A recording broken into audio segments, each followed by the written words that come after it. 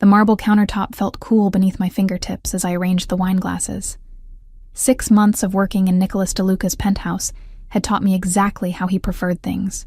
Precise, elegant, and invisible. That last part applied mostly to me. I smoothed down the black uniform dress that all household staff wore and checked my reflection in the polished surface of the refrigerator. My dark brown hair was pulled back in a neat bun, not a strand out of place. Professional, forgettable. Exactly how I needed to be in a home like this. The penthouse occupied the entire top floor of a building in Manhattan's financial district, with floor-to-ceiling windows offering views of the city that still took my breath away even after half a year. Everything here whispered wealth. The Italian leather furniture, the original artwork that I was too afraid to Google the value of, the sound system that probably cost more than I'd make in 5 years. Miss Mitchell, Marco, the head of household security, appeared in the kitchen doorway. He was a solid wall of a man in his 40s, always polite, but with eyes that never stopped assessing. "Mr. DeLuca will have 6 guests tonight. Service starts at 8. Understood." I glanced at the clock. 2 hours to prepare. Marco hesitated, which was unusual for him. "These are important guests. Stay professional, stay quiet." Something in his tone made my stomach tighten, but I simply nodded. In 6 months, I'd learned that Nicholas DeLuca didn't entertain often, and when he did, the atmosphere in the penthouse changed. The security doubled. The staff moved even more carefully than usual. I wasn't naive about what Nicholas did for a living. You didn't maintain this level of wealth and power in New York without connections that existed in shadows. But I'd also learned that asking questions was the fastest way to lose a job that paid 3 times what I'd made anywhere else. By 7:30, the dining room looked impeccable. I'd set the table with the black china Nicholas preferred for business dinners, each piece positioned with geometric precision. The wine I'd been instructed to serve was a vintage I couldn't pronounce, each bottle probably worth more than my monthly rent. The guests began arriving just before 8. I stood near the kitchen entrance, hands clasped in front of me, eyes down. 3 men in dark suits entered first, their conversation stopping abruptly when they crossed the threshold. They moved with the controlled awareness of people accustomed to danger. Then Nicholas appeared from his study, and as always, my traitorous heart skipped. He was 32, though he carried himself with the authority of someone much older. Tonight he wore a charcoal suit that emphasized his broad shoulders, his dark hair perfectly styled, his brown eyes sharp as they swept the room. He was handsome in a way that felt almost dangerous, all clean lines and controlled power. I'd spent 6 months trying not to notice these details, trying not to notice the way his jaw tightened when he was thinking, or how his rare smiles transformed his entire face. Trying not to notice him at all. "Gentlemen," Nicholas said, his voice carrying that particular blend of warmth and warning that made people instinctively respect him. "Thank you for coming." The final 2 guests arrived together, and the air in the room shifted. The first was an older man with silver hair and calculating eyes.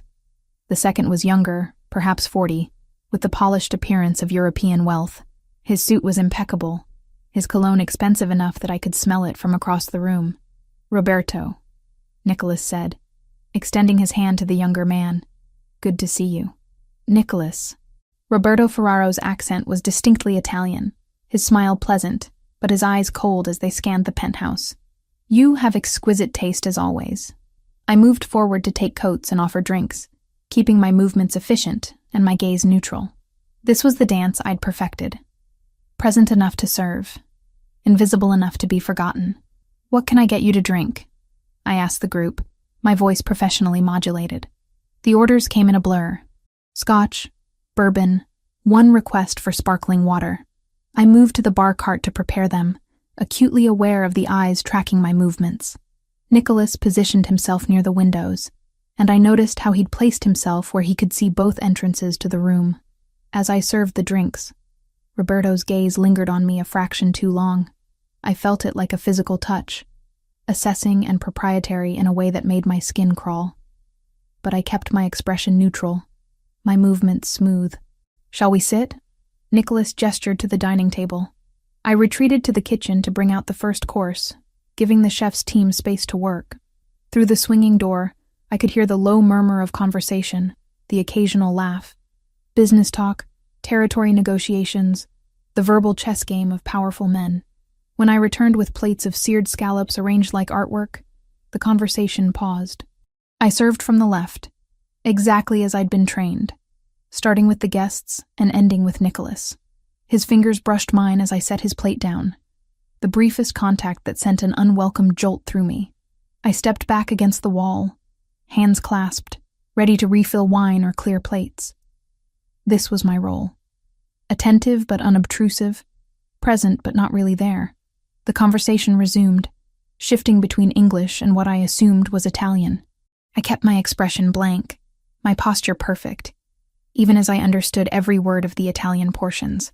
My grandmother, Nonna Lucia, had raised me speaking both languages after my parents died when I was 7.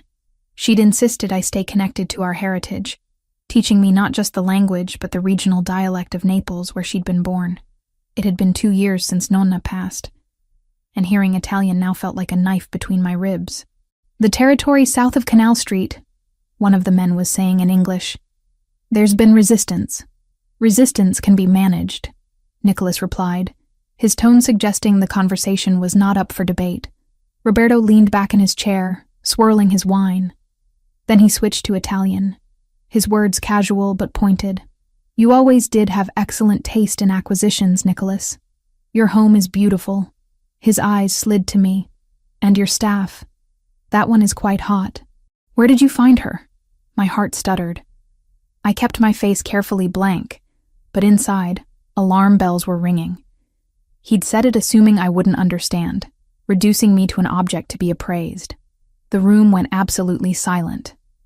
I risked a glance up and found Nicholas staring at Roberto with an expression that made the temperature in the room drop 10 degrees. When he spoke, his Italian was flawless and sharp as a blade. "She's mine." 2 words. Simple, possessive, absolute. Roberto's eyebrows rose, surprise and calculation flickering across his face. The other men exchanged glances. I stood frozen against the wall, my pulse hammering in my throat. Nicholas seemed to realize what he'd said a fraction of a second after the words left his mouth. Something flickered in his expression, too quick to read, before his mask of control slammed back into place. But the words hung in the air, impossible to take back. "I meant," Nicholas continued in English, his voice measured, "that she is an employee of this household, and we treat our staff with respect." The correction didn't erase what had been said. Roberto's smile was slow and knowing. "Of course. My apologies if I caused offense." The rest of the dinner passed in a tension so thick I could barely breathe. I served the remaining courses mechanically, hyper-aware of Nicholas's gaze tracking my movements whenever I entered the room. Roberto watched, too, but differently now, with the calculating interest of someone who'd discovered a weakness to exploit. By the time the guests finally left, sometime past midnight, my hands were shaking. I began clearing the table, desperate for something to do with the nervous energy crackling under my skin. "Leave it." I jumped, nearly dropping the stack of plates I'd gathered. Nicholas stood in the doorway to his study, jacket removed, tie loosened, looking suddenly exhausted. "The cleaning service will handle it in the morning," he continued, running a hand through his hair. "You should rest." "I don't mind," I said quietly. "It's my job. Gabriella." The sound of my first name in his mouth stopped me cold. In 6 months, he'd never used it.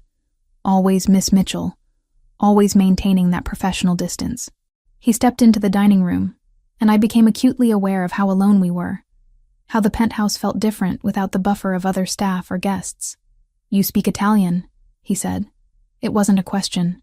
I set the plates down carefully on the sideboard. "Yes. You never mentioned it. You never asked." I met his gaze directly. And it wasn't relevant to my job. His brown eyes studied me with an intensity that made my breath catch. "You understood everything Roberto said?" "Yes." "And what I said in response?" My cheeks burned.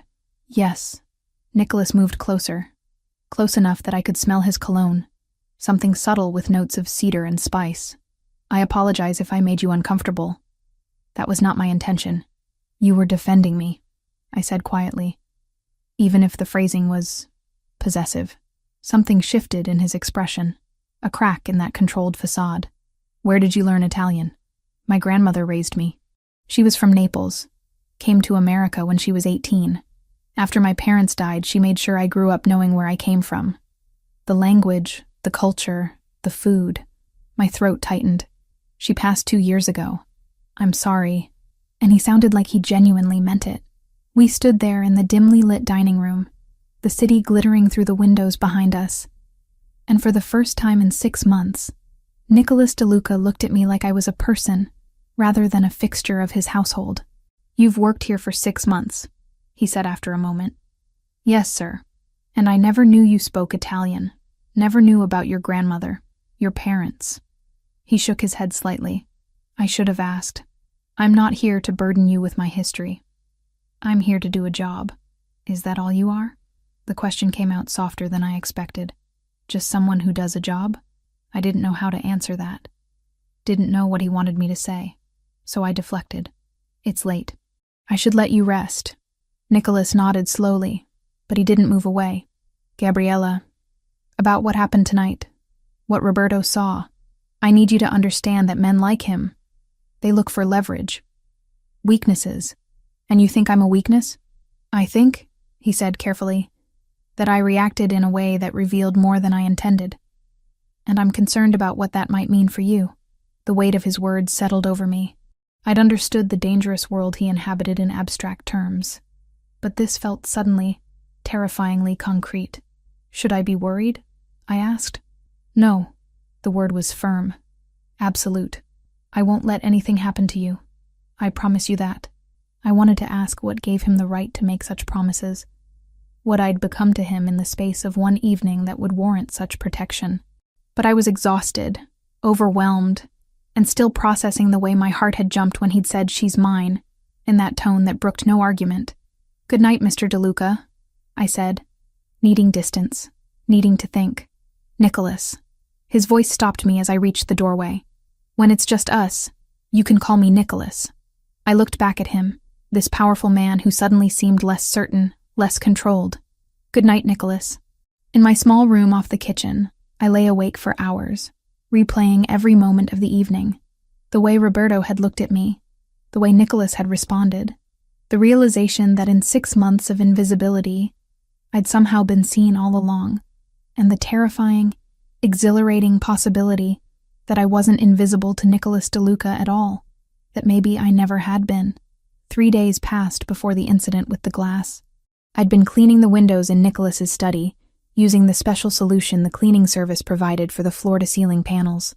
The afternoon sun streamed through, making the city below shimmer like something out of a dream. I didn't hear the glass picture frame crack until it was too late. My hand jerked back, but not fast enough. Blood welled from a cut across my palm, bright red against my skin. "Damn it," I muttered, pressing my other hand against the wound and looking around for something to staunch the bleeding. "What happened?" Nicholas appeared from his bedroom, laptop in hand. His eyes went immediately to the blood dripping between my fingers. "Let me see." "It's fine," I said quickly. "Just a small cut. I'll clean it up and—" "Gabriella." He set the laptop down and crossed the room in 3 strides. "Let me see." He took my wrist gently, turning my hand palm up to examine the cut. His touch was surprisingly careful, almost tender, and I found myself studying his face as he studied the wound. This close, I could see the faint lines at the corners of his eyes, the precise way he'd shaved that morning, the full curve of his lower lip. "It's not deep," he said, "but it needs to be cleaned and bandaged properly. Come with me." He led me to the master bathroom, a space of white marble and chrome that I'd cleaned 100 times, but never really occupied. Nicholas guided me to sit on the edge of the bathtub while he retrieved a first aid kit from beneath the sink. "This will sting," he warned, before applying antiseptic to the cut. I hissed at the burn, but didn't pull away. Nicholas worked with steady hands, his attention focused entirely on the task. He cleaned the wound thoroughly, applied antibiotic ointment, then wrapped my hand in gauze with surprising skill. "Where did you learn to do that?" I asked. A ghost of a smile touched his lips. "Growing up in my family, you learn to handle injuries. Not all of them can go to hospitals." It was the most he'd ever revealed about his past. and I treasured the information like a secret. There. He secured the bandage with tape. Keep it clean and dry for a few days. But he didn't let go of my hand. We sat there in the marble bathroom, afternoon light streaming through the window, my hand cradled in both of his. When I looked up, I found him watching me with an expression I couldn't quite read. "Thank you," I said softly. Nicholas's thumb brushed across my wrist, just above the bandage, and I felt that touch everywhere. "I don't want you to get hurt." The words felt heavier than they should, weighted with meaning I wasn't ready to examine. "I should get back to work," I whispered, but I didn't move. Neither did he. The week following the incident with Roberto Ferraro, I noticed Nicholas's presence in ways I hadn't before. He'd always been there, of course, but now he seemed to materialize in rooms I was cleaning at odd hours. Morning coffee in the kitchen when I arrived at 6. Afternoon breaks in the library while I dusted shelves. Late evenings in the living room when I finished my shift. At first I thought it was surveillance, that perhaps he didn't trust me after learning I understood Italian. But his demeanor suggested something else entirely. Curiosity, maybe. Or the simple desire for company he'd never allowed himself before. "Do you always work such long hours?" he asked one Tuesday morning, appearing in the kitchen doorway as I prepared his usual espresso. I glanced at the clock. 6:15. "I start at 6, finish around 3 most days." "Why?" "I saw you leaving last night at 11. Heat crept up my neck. I'd hoped no one would notice my evening departures twice a week. I had somewhere to be. Nicholas moved to the breakfast bar, settling onto one of the high-backed stools with the casual grace that seemed inherent to him. Today he wore dark slacks and a white dress shirt, sleeves rolled to his elbows. I tried not to notice the strength in his forearms as he accepted the espresso I slid across the marble. Somewhere? His tone was light, but his brown eyes were sharp. I debated deflecting, but something about the quiet morning intimacy made me honest. "I take classes, twice a week at the community college in Brooklyn." Interest flickered across his face. "What kind of classes?" "Accounting, technical certificate program." I busied myself wiping down the already clean counter. "I'm almost done with the coursework." "Accounting." He sipped his espresso thoughtfully. "That's ambitious. Why accounting?" I shrugged, uncomfortable with the attention. "Numbers make sense. They're predictable. And there's always work for people who can manage finances properly. Have you thought about pursuing a full degree? A 4-year program?" "Eventually, when I can afford it." I rinsed my cloth in the sink, keeping my hands occupied. "The certificate will let me get better jobs, save more. Then maybe in a few years I can think about university." Nicholas set his cup down with a decisive click. "I could arrange that. There are excellent programs in the city, Columbia, NYU. I have connections with both admissions departments." My hand stilled in the water. "Mr. DeLuca." "Nicholas." "Nicholas," I corrected, turning to face him. "That's incredibly generous, but I can't accept that." His brow furrowed slightly. "Why not?" "Because I need to do this myself." I dried my hands on a towel, choosing my words carefully. "I appreciate the offer, truly. But if I let you pay my way through college, I'd always wonder if I actually earned the degree or if it was just another thing someone else gave me." For a long moment, he simply looked at me. Then, unexpectedly, he smiled. Not the polite half-curve I'd seen him offer business associates, but something genuine that transformed his entire face. "You're proud," he said, and it didn't sound like criticism. "I'm practical. There's a difference." "Is there?" He stood, carrying his empty cup to the sink himself, rather than leaving it for me. "I think you're both. Proud and practical. It's a good combination." He left me standing in the kitchen, my heart doing strange things in my chest, wondering what had just shifted between us. The charity event happened 3 weeks later, on a Friday evening when the penthouse transformed into something out of a magazine spread.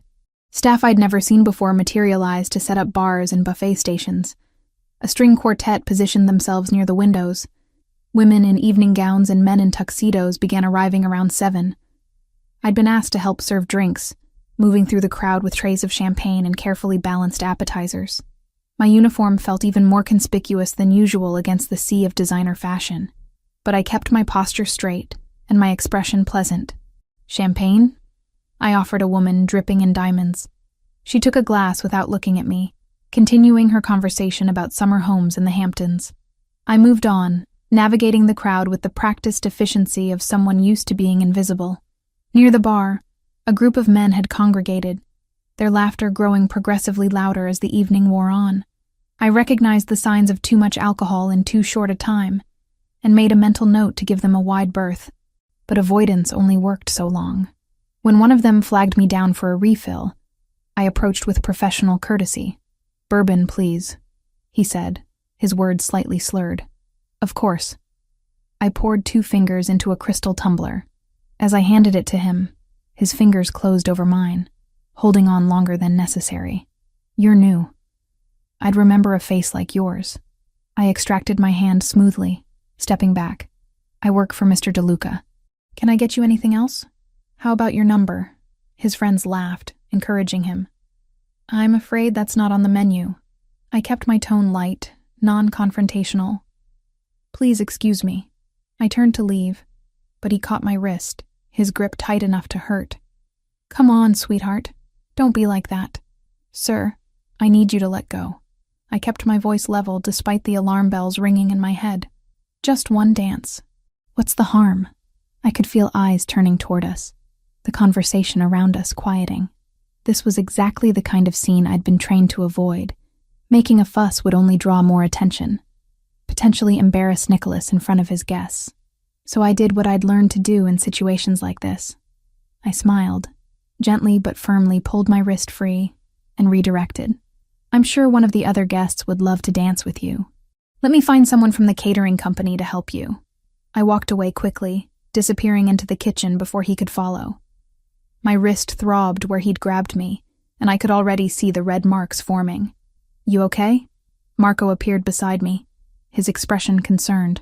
"Fine, just a handsy guest." I rubbed my wrist absently. Marco's jaw tightened. "Which one?" "The loud one by the bar in the blue tie." "But it's handled. I don't want to make a scene." "Mr. DeLuca will want to know." "Marco, please. It's nothing I haven't dealt with before." I picked up a fresh tray of canapes. "Let's just get through the night." But when I returned to the main room, the man in the blue tie was gone. So were his friends. And Nicholas stood near the bar, speaking quietly to Marco, his expression darker than I'd ever seen it. Our eyes met across the room. He gave a slight nod, a silent question. I nodded back, indicating I was all right. Something in his posture relaxed fractionally, but the steel remained in his gaze. I didn't see the man in the blue tie again that night, or ever again at any event in Nicholas's penthouse. The following Monday, I arrived for my shift to find the atmosphere changed. More security personnel than usual moved through the penthouse, their presence subtle but undeniable. Nicholas was locked in his study, his voice occasionally rising in sharp bursts of Italian through the heavy door. I went about my work, but the tension was contagious. Even the other staff members moved more quietly than usual, casting nervous glances toward the closed study door. Around noon, the door finally opened. Nicholas emerged looking exhausted, shadows under his eyes suggesting he hadn't slept.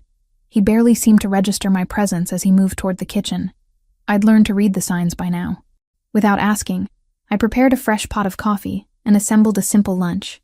Prosciutto and mozzarella on crusty bread, the way I'd seen him eat it before when he thought no one was watching. "Mr. DeLuca?" I knocked softly on the study door. "I brought you something to eat. Come in." The study was a mess by Nicholas's standards. Papers spread across the desk, his laptop open to multiple windows, his jacket discarded over the back of his chair. He stood by the window, phone pressed to his ear, conducting a conversation in rapid Italian that even I struggled to follow. I set the tray on a side table and turned to leave, but his voice stopped me. "No, that's unacceptable. Tell Lau..." He caught himself, switching to English. "Tell them the answer is no. The routes stay as agreed." A pause. "Because I don't care about their expansion plans. We had an agreement. Find another solution." He ended the call and tossed the phone onto the desk with more force than necessary. "Lunch is on the side table," I said quietly. "And fresh coffee." Nicholas turned, seeming to really see me for the first time. "Thank you, Gabriella. You didn't have to. You've been in here for hours. Someone needs to make sure you eat." A tired smile crossed his face. "Is that part of your job description now?" "Apparently." I moved toward the door, giving him privacy to eat. "Wait." His voice had lost its harsh edge. "How's your wrist?" "From Friday night." I glanced down at the faint bruise still visible on my skin. "It's fine, barely noticeable. It shouldn't have happened. In my home, to someone under my employ."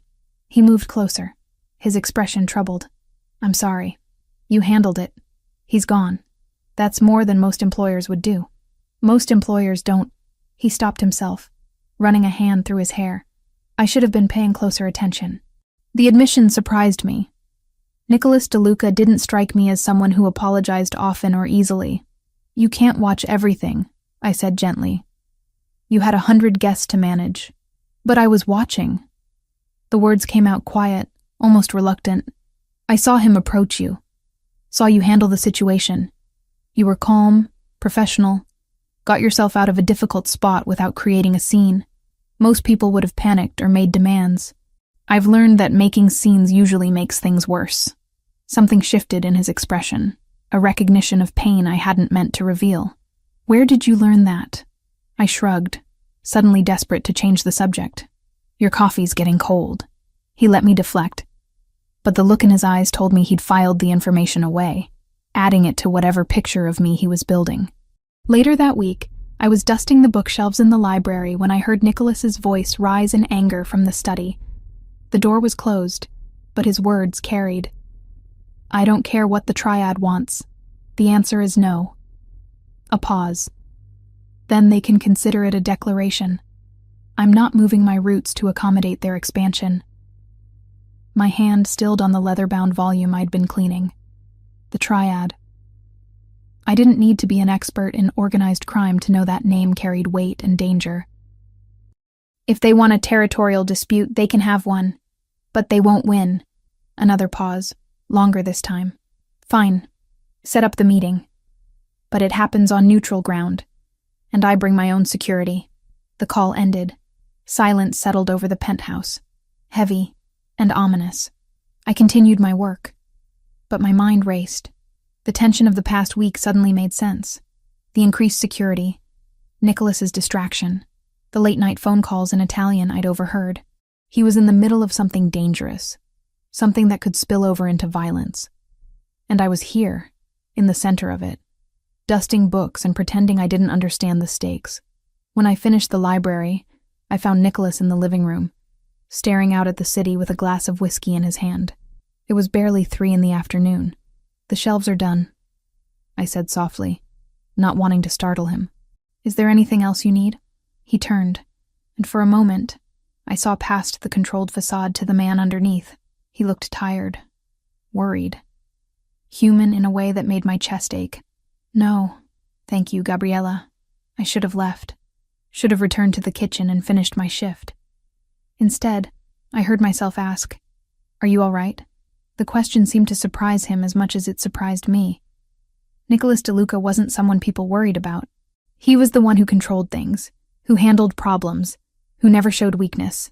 "I'm fine," he said automatically. "You don't look fine." A hint of a smile touched his lips. "Careful. That almost sounds like concern." "Maybe it is."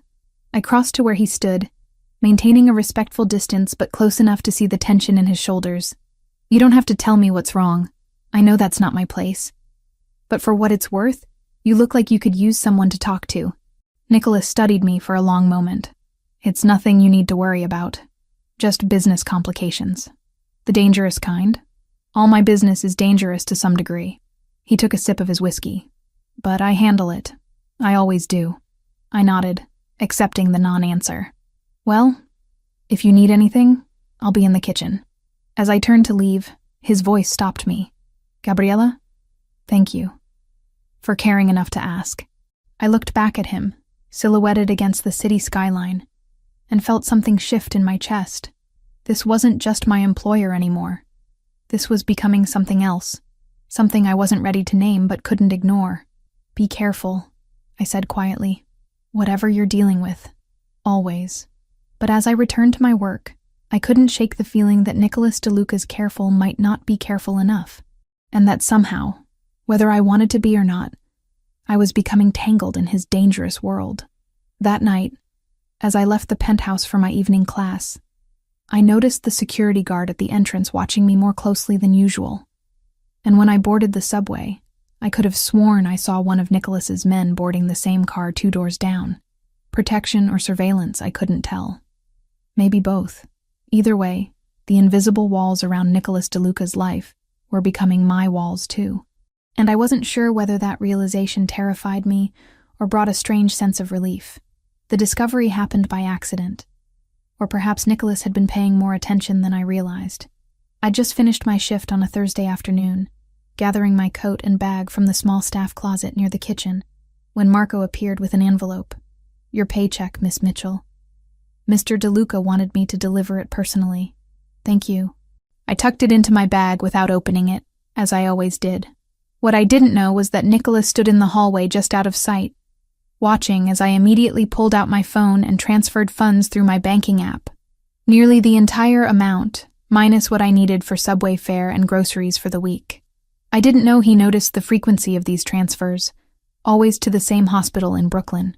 Didn't know he'd asked Marco to discreetly check the visitor logs, discovering I went there every Tuesday and Thursday evening after leaving the penthouse. I certainly didn't know he'd put the pieces together. A young woman who worked herself to exhaustion, who dressed in clothes that had seen better days, who never bought anything for herself, who studied accounting at night while sending every dollar she earned somewhere else. The rainy morning came 2 weeks later, in early November, when the weather turned bitter and unforgiving. My alarm hadn't gone off, or maybe I'd been so exhausted I'd slept through it. Either way, I woke 20 minutes late and had to sprint to catch the bus that would get me to the subway on time. The bus broke down halfway through its route. "Engine trouble," the driver announced apologetically, asking us all to disembark and wait for the next one. In the pouring rain, with no shelter nearby. By the time I finally made it to the penthouse, I was 40 minutes late, soaked through to my skin, and shivering so hard my teeth chattered. Water dripped from my hair, my clothes, forming puddles on the pristine marble floor of the service entrance. "Miss Mitchell?" Marco's eyes widened when he saw me. "What happened?" "Bus broke down. I'm sorry I'm late. It won't happen again." I tried to move past him toward the staff changing room, but he blocked my path. "Mr. DeLuca wants to see you." Now, my stomach dropped. In 6 months, I'd never been late, never given him reason to reprimand me.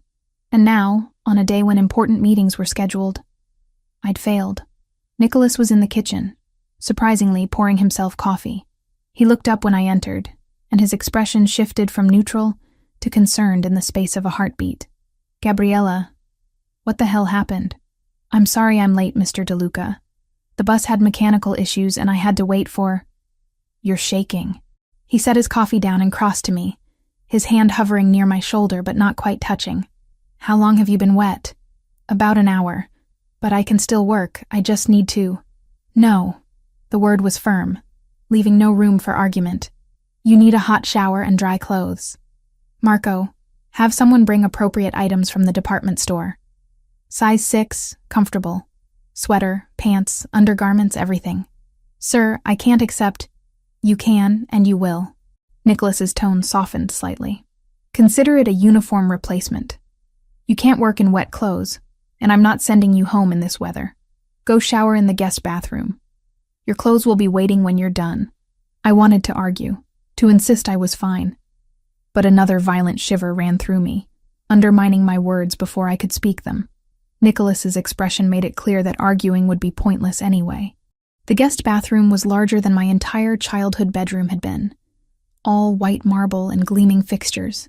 I stood under the hot spray until feeling returned to my fingers and toes, until my skin turned pink and the shaking finally stopped. When I emerged, wrapped in the plush bathrobe hanging on the door, I found clothes laid out on the vanity counter. Soft gray cotton pants, a cream-colored sweater that looked impossibly comfortable, fresh undergarments still in their packaging, even thick socks. Nothing ostentatious, nothing that screamed wealth, just simple, quality comfort. I dressed quickly, toweling my hair as dry as I could manage and pulling it back into a damp braid.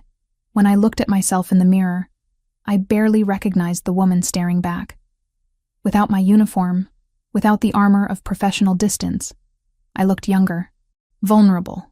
I found Nicholas still in the kitchen, now sitting at the breakfast bar with what looked like reports spread before him. He glanced up when I entered, and something in his expression shifted. Better? Yes. Thank you. I moved toward the cleaning supplies, ready to start my delayed work. Sit down. I turned, confused. Sir? Sit. He gestured to the stool across from him. You're not working yet. First, you're going to eat something warm. I already had breakfast. When? I hesitated. Yesterday? Nicholas's jaw tightened. Sit. Down. This time I obeyed. He moved to the stove with surprising ease, pulling ingredients from the refrigerator. Within minutes, the kitchen filled with the scent of eggs and butter, bread toasting, coffee brewing. He set a plate before me. Scrambled eggs, perfectly golden toast, fresh fruit, then a mug of coffee, prepared exactly how I took it, though I'd never told him my preference. Eat, he said, settling back onto his stool. I picked up my fork, acutely aware of his eyes on me. The food was simple but perfect, the kind of breakfast my grandmother used to make on cold mornings when I was young. Why do you do it? Nicholas asked after I'd taken several bites. Do what? Work yourself to exhaustion. Send every dollar you earn somewhere else. Take night classes on top of a full-time job. He leaned forward slightly. I pulled your employment file. You listed no emergency contacts, no next of kin. But someone must be waiting for that money you transfer twice a month. My hand stilled on my fork. That's personal. I know. And you don't owe me an explanation. His voice was gentle. But I'd like to understand. I set my fork down. Appetite suddenly gone despite the excellent food. For a long moment, I debated deflecting, maintaining the professional wall between us. But something about sitting in his kitchen, wearing clothes he'd provided, eating food he'd cooked, made that wall seem pointless. My brother, I said quietly. He's 17. Lives with a foster family in Brooklyn. Nicholas's expression shifted. Foster family? After my grandmother died 2 years ago, I wasn't in a position to take custody.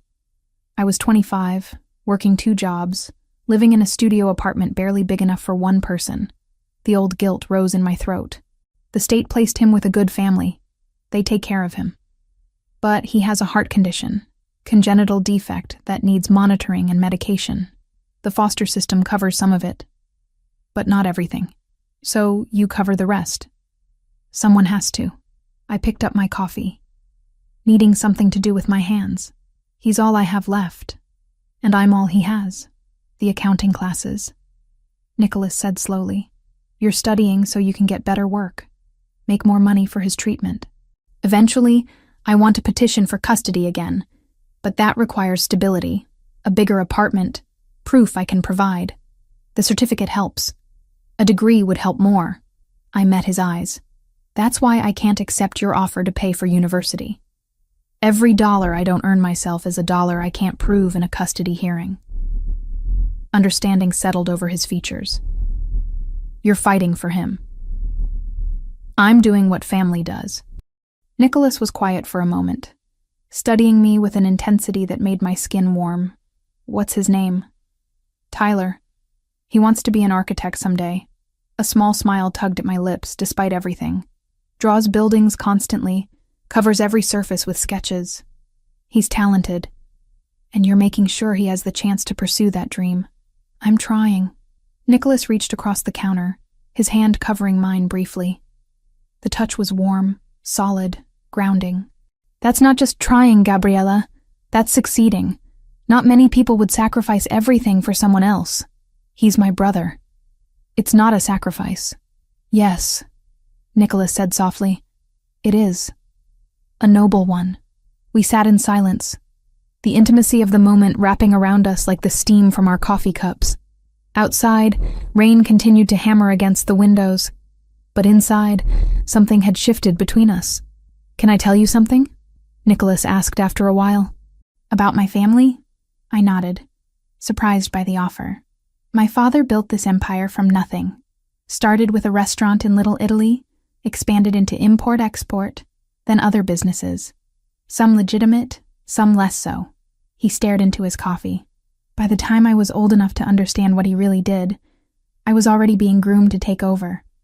No choice, no alternative path, just expectation. Do you resent it? Sometimes. Most of the time. He looked up at me. But it's the family business. You don't walk away from family obligations, even when they cost you everything.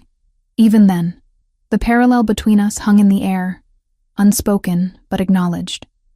We were both carrying weight we hadn't chosen, both sacrificing for family in our own ways. My phone buzzed in the pocket of the borrowed pants, shattering the moment. I pulled it out, my heart lurching when I saw the caller ID, Brooklyn Methodist Hospital. I need to take this, I said, already standing. Of course, I answered, moving toward the window for a semblance of privacy. Hello? Is this Gabriella Mitchell? A woman's voice, professional but urgent. Yes. Is Tyler okay? Your brother was brought to the emergency room about an hour ago. He collapsed at school. The doctors are examining him now, but you should come as soon as possible. The world tilted sideways. Is he conscious? He's stable, but we need to discuss treatment options. How soon can you get here? I'm in Manhattan. Maybe an hour on the subway. A hand took the phone from mine. Nicholas spoke into it with calm authority. This is Nicholas DeLuca. Miss Mitchell will arrive within 30 minutes. Ensure the best cardiologist on staff examines the patient immediately. I'll cover any costs not covered by insurance. Do you understand? Yes, sir. We'll be ready. He ended the call and handed my phone back. Marco is bringing the car around. We're leaving now. You don't have to. Gabriella. His voice was firm but kind. Stop arguing and let me help. I nodded mutely, terror overriding pride. Tyler, my baby brother, the only family I had left, lying in a hospital bed. Nicholas guided me toward the private elevator, his hand steady at my back. In the garage, a black sedan waited. Marco already behind the wheel. Nicholas opened the back door and I slid in, my hands shaking again, but not from cold this time. He climbed in beside me, close enough that our shoulders touched. Tell me about him. About Tyler. What? I blinked, confused by the request. Tell me about your brother. It'll help pass the time. So I did. I told him about Tyler's obsession with building blocks as a child. How he'd construct elaborate structures and knock them down just to start again. How he'd cried at our grandmother's funeral, but insisted on being strong for me. How he drew my face over and over in different architectural styles, turning my features into buildings and bridges. Nicholas listened without interrupting, his presence solid and grounding beside me. When my voice cracked talking about the last time I'd visited Tyler, just 3 days ago when he'd seemed fine, Nicholas's hand found mine and squeezed. Brooklyn Methodist Hospital rose before us, all concrete and glass and fluorescent lighting. Nicholas had the door open before the car fully stopped, guiding me through the emergency entrance with the confidence of someone who'd navigated hospitals before.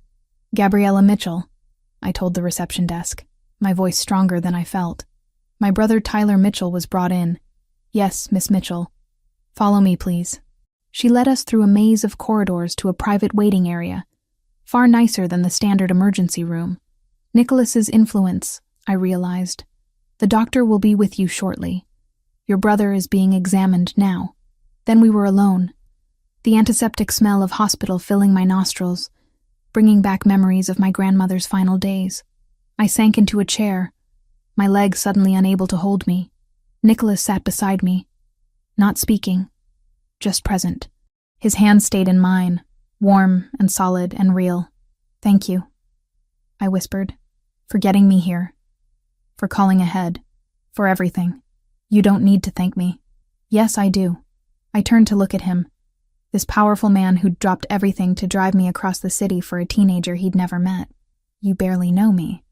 You certainly don't know Tyler. You didn't have to do any of this. Nicholas's brown eyes held mine, something intense and unreadable in their depths. Maybe I wanted to. Did you consider that? Before I could respond, a doctor appeared in the doorway, clipboard in hand. I stood quickly, my heart in my throat. Miss Mitchell? I'm Dr. Roberts. Let's talk about your brother. Dr. Roberts led us to a small consultation room, his expression professionally neutral in a way that made my stomach clench. Nicholas stayed close, his presence a steady anchor as we sat. Tyler's condition has deteriorated, the doctor began without preamble. The valve defect we've been monitoring has progressed faster than anticipated. He needs surgery, and soon, within the next 2 weeks if possible. The words hit me like physical blows. Surgery. How much will it cost? With his current insurance coverage, you'd be looking at approximately $40,000 out of pocket. That includes the surgery itself, hospital stay, follow-up care, and medications. $40,000. I had maybe $3,000 in savings, if I was lucky. Even selling everything I owned wouldn't come close. Can I see him? My voice came out smaller than I intended. Of course. He's awake and asking for you. Tyler looked impossibly young in the hospital bed, his dark hair messy against the pillow, monitors beeping softly around him. His face brightened when he saw me, but I could see the fear underneath. Hey, Gabs. He used the childhood nickname he'd given me when he was 4 and couldn't pronounce Gabriella properly. Hey, kiddo. I took his hand, careful of the IV line. You scared me. Sorry, I was just in gym class and then everything got weird. His green eyes, so like our mother's, searched my face. They said I need an operation. Yeah, but it's going to be okay. We'll figure it out. It costs a lot, doesn't it? Despite being 17, Tyler had always been mature beyond his years. I heard the doctors talking. Don't worry about that. Just focus on getting better. Tyler's gaze shifted past me to where Nicholas stood near the door, giving us space. Who's that? That's my boss, Nicholas DeLuca. He drove me here. Nicholas stepped forward, extending his hand. Tyler, good to meet you, though I wish it were under better circumstances. They shook hands, and I watched Tyler assess Nicholas with the same careful observation I'd noticed in our grandmother. Reading people, measuring their sincerity. Thanks for bringing my sister, Tyler said. She worries about me too much.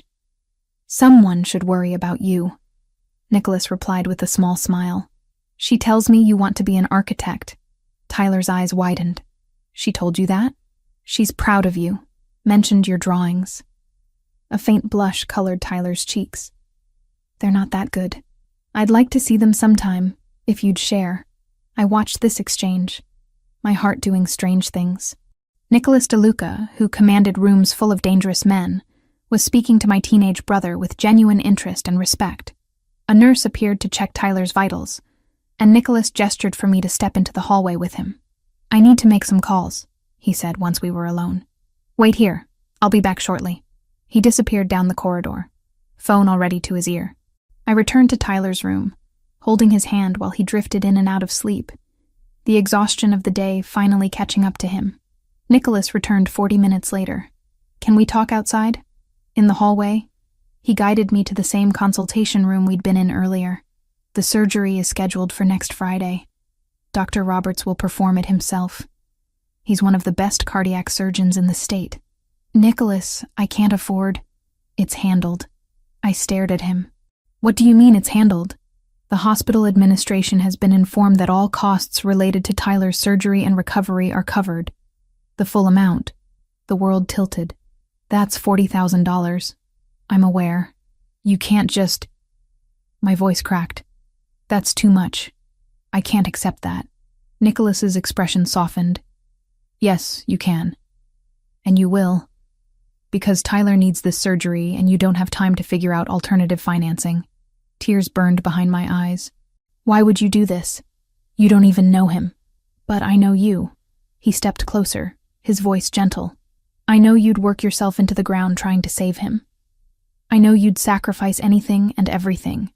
And I know that I have the means to help, so why wouldn't I? I'll pay you back. Every cent. It might take years, but I promise. Gabriella, stop. His hands came up to frame my face, thumbs brushing away tears I hadn't realized were falling. This isn't a loan. It's not a transaction. I'm doing this because I want to. Because the thought of you carrying this burden alone when I can help makes me physically ill. But I barely know you. Do you really believe that? His brown eyes held mine, intense and searching. After 6 months of existing in the same space, after all the conversations, all the moments, you know me better than people I've known for years. He was right. Somehow, in the quiet intimacy of early morning coffees and late-night conversations, in the way he'd learned how I took my coffee and I'd learned when he needed silence versus company, we'd built something real. Thank you, I whispered, fresh tears streaming down my face. Thank you so much. I don't know how to...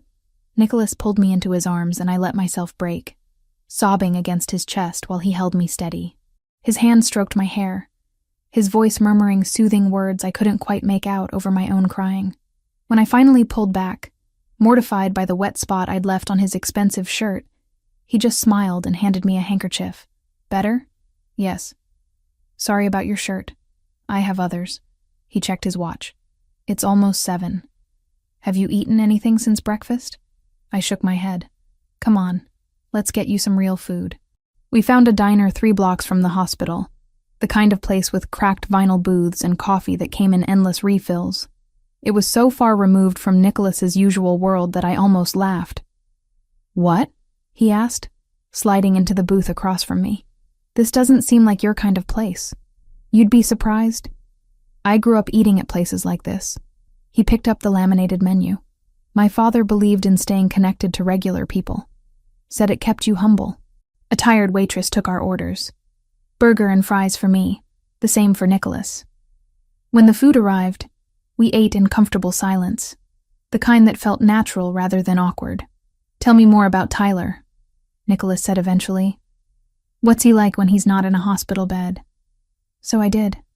I told him about Tyler's dry sense of humor, how he could make me laugh even on my worst days, about his obsession with famous architects and his dream of designing buildings that would last centuries, about how he'd taken care of our grandmother in her final months, reading to her when her eyes got too weak, making her laugh when the pain got bad. He sounds remarkable, Nicholas said. He is. He deserves a future. A real one. Not cut short because his heart doesn't work right. He'll have one. I promise you that. We returned to the hospital to say goodnight to Tyler, who was sleeping peacefully.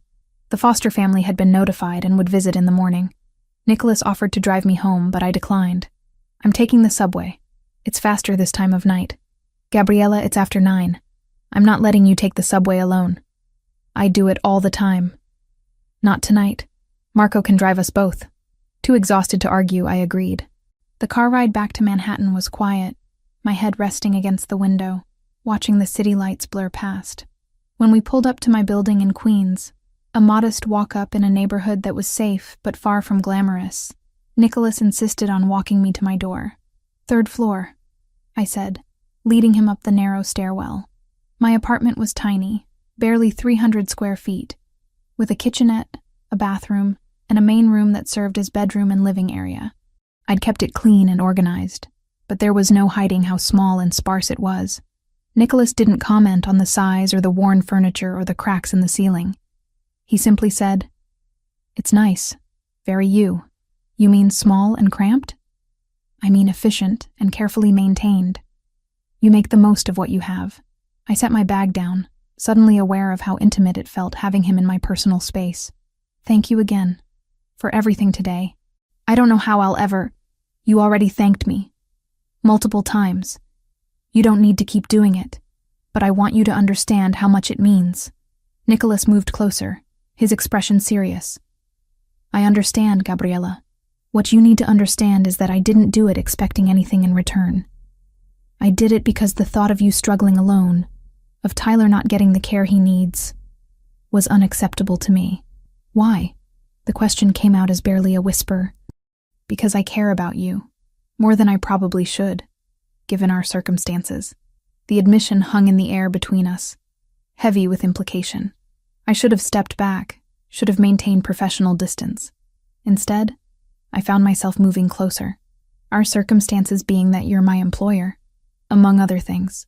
His hand came up to tuck a strand of hair behind my ear, the gesture achingly gentle. I won't push you, Gabriella. You've been through enough today. But I need you to know that what's happening between us, it's real for me. And it's terrifying. For me too, I admitted. He smiled, something warm and genuine that transformed his usually guarded expression. Good. At least we're terrified together. He left, after making me promise to call if I needed anything, and I was alone in my tiny apartment with thoughts too large to contain. Nicholas DeLuca cared about me, had paid $40,000 for my brother's surgery without hesitation, had held me while I cried and bought me dinner, and walked me to my door like we were normal people on a normal date. Nothing about this was normal. But somehow, it felt more real than anything I'd experienced in years. The next week passed in a blur. I worked my shifts at the penthouse, visited Tyler every evening, and somehow found time for my classes. Nicholas seemed to appear whenever I needed something, whether it was a ride to the hospital or a simple conversation to distract me from worry. One evening, I was cleaning the library when I found him still working at 10 o'clock, hunched over his laptop with papers scattered across the desk. "You're here late," I said from the doorway. He looked up, surprise flickering across his features. "I thought you'd left hours ago. Tyler's foster family is visiting tonight. They asked for some time alone with him." I stepped into the library. "Have you eaten dinner?" Nicholas glanced at his watch, as if only just realizing the time. "I forgot. Nicholas." I shook my head. "You can't work like this without taking care of yourself. I have a meeting tomorrow with some difficult people. Need to be prepared. You won't be prepared if you collapse from hunger." I made a decision. "Give me 15 minutes. In the kitchen, I made 2 simple sandwiches from the provisions I'd been keeping stocked, turkey and provolone with the good bread Nicholas preferred, and brewed a fresh pot of tea. When I returned to the library with the tray, he'd pushed his work aside and was watching me with an expression I couldn't quite read. "You didn't have to do this," he said as I set the tray down. "Someone needs to make sure you eat. Apparently that's my job now." I handed him a plate and settled into the chair across from his desk. We ate in comfortable silence, the kind that felt earned rather than forced. When he finished, Nicholas leaned back in his chair, studying me. "Can I ask you something?" "Of course." "Why are you still here?" "It's after 10. You finished your shift hours ago." I shrugged. Didn't feel like going home to an empty apartment. "And I thought you might need company." Something shifted in his expression, vulnerability showing through the cracks in his usual control. I do." He paused. "Thank you for noticing. You notice things about me all the time. Figured I should return the favor." "What have you noticed?" The question felt weighted. Important, somehow. I chose my words carefully. "I've noticed that you work too hard. That you carry everything alone because you think that's what strength looks like. That you pretend food doesn't matter. But you have strong preferences about how things are prepared. That you're kinder than you let most people see." Nicholas was quiet for a long moment. "No one's ever said anything like that to me before." "Then no one's been paying attention." We talked until almost midnight, about nothing and everything. Books we'd read, places we'd traveled or wanted to travel, childhood memories both good and painful. It was the kind of conversation that built bridges, that created intimacy beyond physical attraction. When I finally left, Nicholas walked me to the elevator, his hand lingering on my shoulder. "Gabriella, be careful going home." "I always am." "I know, but be extra careful." Something in his tone made me pause. "Some people have been asking questions about you." "About us." My stomach tightened. "What kind of people?" "The kind I don't want anywhere near you." His jaw was tight. "I am increasing security.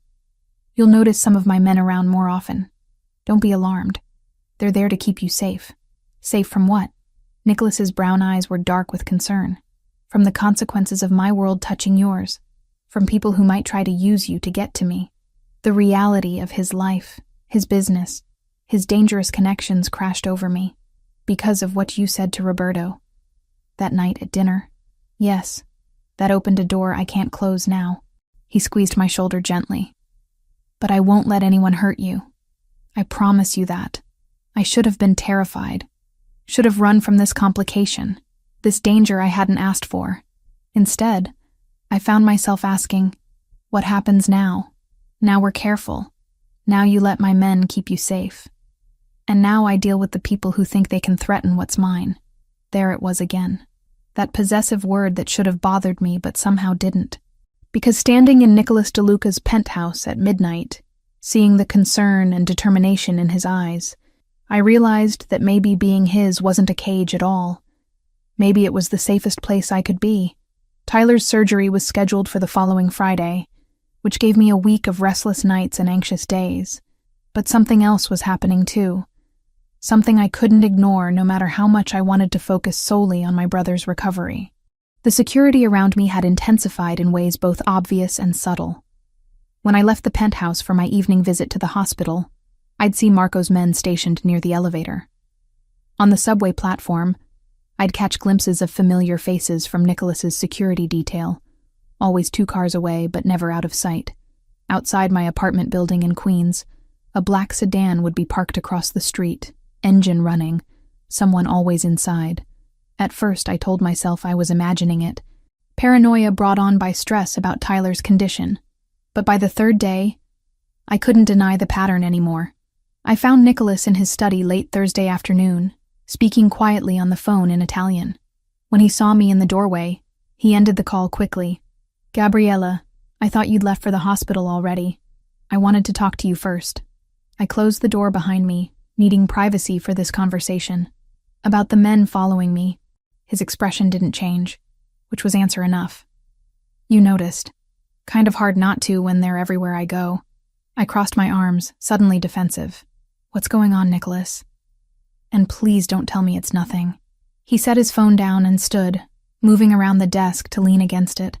"Do you remember what I said about people asking questions? About consequences?" "Yes. The situation has escalated. Roberto Ferraro has been making inquiries about you through various channels. Where you live, where you go, who you see." His jaw tightened. "He's testing boundaries. Seeing if I'll react." My stomach dropped. "Testing boundaries how?" "By demonstrating that he can reach you if he wants to. That my protection isn't absolute." Nicholas ran a hand through his hair, frustration evident. "It's a power play. He wants me to know that anything I care about is vulnerable." The clinical way he explained it didn't match the fear coursing through me. "So what does that mean for me? Am I in actual danger?" "Not if I can help it. That's why the security detail." He moved closer, his voice softening. "I won't let anything happen to you, Gabriella. But I need you to be smart about this. No taking different routes home. No going places alone. No deviating from your normal routine without telling Marco first." The rules felt suffocating, even as I understood their necessity. "This is because of what you said that night. Because you claimed me in front of him." "Yes, and I don't regret it." His brown eyes held mine, fierce and certain. "But I do regret that it put you at risk. I should have been angry. Should have blamed him for dragging me into his dangerous world. Instead, I found myself asking, what do we do now?" Nicholas seemed surprised by the question, or maybe by the "we" in it. "I have a proposal, but I need you to hear me out before you decide." "Okay. Move into the penthouse. Temporarily." He held up a hand when I started to protest. "Not as an employee. There's a guest suite in the private wing, completely separate from the main living areas. You'd have your own space, your own entrance, but you'd be protected. The building has security that rivals most government facilities." The suggestion was logical, even practical, but it also felt like crossing a line we couldn't uncross. "Nicholas, I can't just abandon my apartment and move in here." "Why not? You spend most of your time here anyway, and the rest at the hospital or in class. Your apartment in Queens is isolated, difficult to secure. Here, you'd be safe. Here, I'd be dependent on you for everything." "No." His voice was firm. "You'd be accepting protection while maintaining your independence. Keep working if you want, though you don't have to. Continue your classes. Visit Tyler every day. Nothing about your life changes except the address where you sleep." I moved to the window, looking out at the city stretching endlessly below. The penthouse had always felt like a different world, elevated and untouchable. Moving here would mean stepping fully into Nicholas's life, into his world of wealth and danger and complicated loyalties. "What about after?" I asked quietly. "When the threat passes? when Roberto moves on to other targets. Do I just move back to my tiny apartment and pretend none of this happened? Nicholas's reflection appeared in the glass beside mine. Is that what you want? To pretend this hasn't happened? I turned to face him. I don't know what I want. A week ago, you were just my employer. Now you've paid for my brother's surgery, you're protecting me from rivals, and you're asking me to move into your home. It's a lot to process. I know it is. And if you say no, I'll respect that. I'll find other ways to keep you safe. He paused, choosing his words carefully. But I'd prefer you here, where I know you're protected, where I can... He stopped, something vulnerable crossing his features. Where I can see that you're okay. The admission cost him something, I could tell. Nicholas DeLuca didn't admit to caring easily, didn't show weakness or attachment. But he was showing it now, to me. If I agree, I said slowly, I need conditions. Name them. I keep my job. I still work my normal shifts, still help with household tasks. I'm not going to live here like a guest while everyone else works around me. Agreed. I continue my classes, both the ones I'm taking now and the hospital volunteer program I started last week. His eyebrows rose slightly. You started volunteering at Brooklyn Methodist. They have a program helping families navigate insurance and financial aid for patients with chronic conditions. I thought I could help, given my situation with Tyler. I met his gaze. That doesn't stop just because I move here. Of course not. What else? I visit Tyler every day until his surgery. After that, as often as he needs me. No restrictions on hospital visits. Gabriella, I would never... Nicholas shook his head. Yes. Obviously, yes. Anything else? I took a breath, steadying myself for the most important condition. This doesn't mean I'm yours. Not in the way Roberto interprets it. I'm not property to be claimed or protected. I'm a person making a choice to accept help from someone I trust. But I'm still me. Still independent. Still free to leave if I want to. Nicholas stepped closer, his expression serious. I would never think of you as property. What I said to Roberto was instinct, protective and possessive in a way I don't entirely understand. But it wasn't about ownership.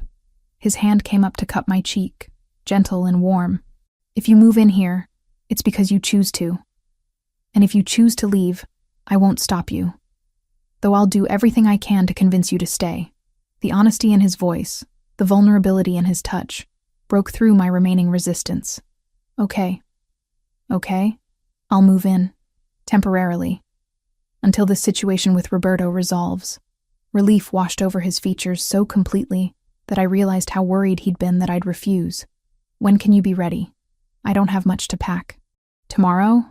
I'll send Marco to help. And Gabriella? He smiled, something warm and genuine. Thank you for trusting me. Moving happened faster than I expected. Marco and 2 other men collected my belongings from Queens the next morning, fitting everything I owned into 3 suitcases and 4 boxes.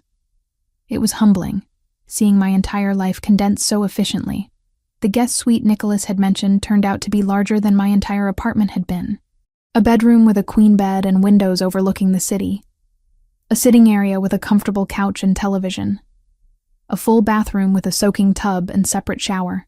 Even a small kitchenette with a refrigerator and microwave. This is too much, I said when Nicholas showed me around. It's what was available. Make it yours however you want. If you need anything, just ask. Tyler's surgery went well. I sat in the waiting room for 6 hours while Dr. Roberts repaired the valve defect, with Nicholas beside me the entire time, despite having meetings he could have attended. When the doctor finally emerged to say everything had gone smoothly, I'd cried with relief against Nicholas's shoulder. The recovery would take weeks, but Tyler was young and strong. The prognosis was excellent. Living in close proximity to Nicholas changed things between us in ways both subtle and profound. We'd always had our early morning coffee routine, but now it happened in his kitchen with me wearing comfortable pajamas instead of my work uniform. Conversations that used to be stolen moments became extended discussions over breakfast or late dinners after I returned from the hospital. We learned each other's rhythms. I discovered that Nicholas was cranky before his first espresso but thoughtful after his second, that he read historical biographies before bed and marked passages with a pencil he kept on his nightstand, that he hated talking on the phone but would do it for hours if the situation required. He learned that I was quietest in the mornings, needing silence to ease into the day, that I reorganized things when I was stressed, alphabetizing books or color-coding files, that I fell asleep easily but woke at the slightest noise, a habit developed from years of being responsible for Tyler. 2 weeks after moving in, on a night when Tyler had been particularly cheerful during my visit, I returned to find Nicholas in the kitchen making dinner. Actually cooking, not just reheating something the chef had prepared. "You cook?" I set my bag down, surprised. "Sometimes. When I want to think." He gestured to the stove where pasta bubbled in a pot. "Hungry?" "Starving. The hospital cafeteria is terrible." We ate together at the breakfast bar, the same place where so many of our conversations had happened. The pasta was simple but perfectly done, the sauce rich with garlic and herbs. "This is delicious," I said after several bites. "My mother's recipe. One of the few things she taught me before." He stopped, something painful flickering across his face. "Before what?" "Before she left. I was 12. He set his fork down. She couldn't handle my father's life anymore. The danger, the lies, the constant worry. One day she was just gone." I reached across to cover his hand with mine. "I'm sorry. It was a long time ago." But his fingers curled around mine, holding on. "She writes sometimes. Birthday cards, Christmas. Always with a return address somewhere warm. Florida, Arizona, California. She moves a lot. Do you ever visit her?" "No. She made her choice to leave. I made mine to stay." His thumb brushed across my knuckles. "Family obligations, remember?" We sat like that, hands linked across the counter, the weight of our respective responsibilities hanging between us. Then Nicholas said quietly, "I think about you constantly." My breath caught. "What?" "Every meeting I'm in, every phone call, every decision I make. Part of my mind is always wondering where you are, if you're safe, if you've eaten, if you're happy." His brown eyes met mine, vulnerable in a way I'd never seen. "It's distracting. It's dangerous given my line of work. And I don't care." My heart hammered against my ribs. "Nicholas, you don't have to say anything. I just needed you to know that this isn't casual for me. That you're not just someone I'm protecting, or someone who works for me." He squeezed my hand gently. "You're important. To me. In ways I'm still trying to understand." I should have been scared by the intensity of his admission.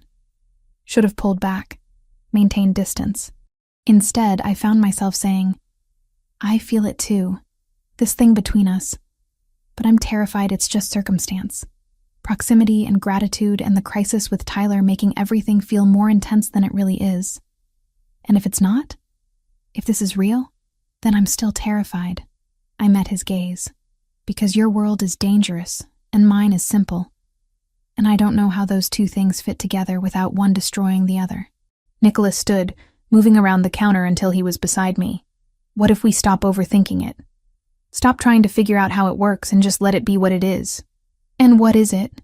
His hand came up to tuck hair behind my ear, the gesture achingly familiar now. "Something worth exploring. Something that makes me feel alive in ways I haven't in years." I stood too, closing the small distance between us. "I don't want to be just a distraction. Something that pulls your focus when you need to be sharp. You're not a distraction, Gabriella. You're the reason I want to be better. To build something beyond what my father left me." His other hand found my waist. "Let me try. Let us try." The kiss happened naturally, inevitably, like something that had been building for months and finally found release.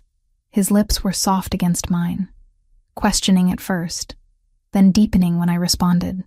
My hands slid up his chest to his shoulders, feeling the strength there, the controlled power that he kept so carefully leashed.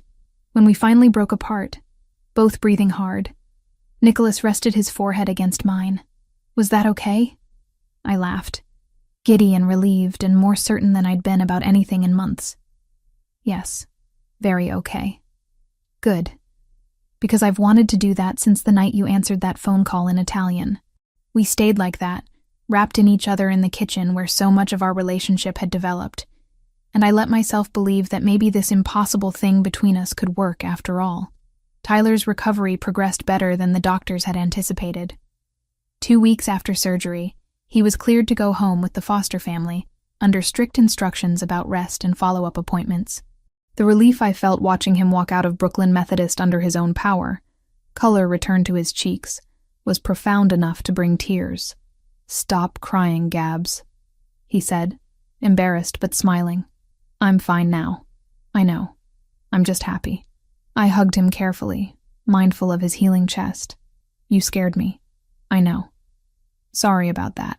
He pulled back to look at me seriously. "Thank Nicholas for me. The foster parents told me what he did, what the surgery would have cost. I owe him everything. You don't owe him anything. Just focus on getting stronger." But Tyler was right. We both owed Nicholas more than we could ever repay. Not just the money, though that was staggering, but the speed with which he'd mobilized resources, the quality of care he'd ensured, the way he'd treated my teenage brother with genuine respect, rather than condescending charity. With Tyler on the mend, I could finally focus on other aspects of my life that had been neglected during the crisis.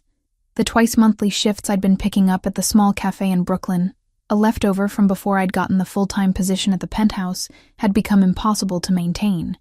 I'd been calling out constantly, and the owner, while sympathetic, needed reliable help. "I need to give my notice at the cafe," I told Nicholas one morning over coffee. "It's not fair to them to keep a position I can't fill." He looked up from his tablet. "You've been working 2 jobs this entire time? Just occasional shifts. A few hours twice a month when they needed extra hands during rush periods." I sipped my espresso. It was extra money for Tyler's medications. But now, with the surgery handled and him recovering, I don't need it anymore. Nicholas set his tablet down, his expression thoughtful. "The work you do here, it's more than what we initially agreed upon. You've essentially been managing the entire household staff coordination, not just cleaning. I don't mind. I like staying busy. That's not the point. The point is you're undercompensated for what you actually do." He pulled out his phone, typed something quickly. "I'm increasing your salary, effective immediately.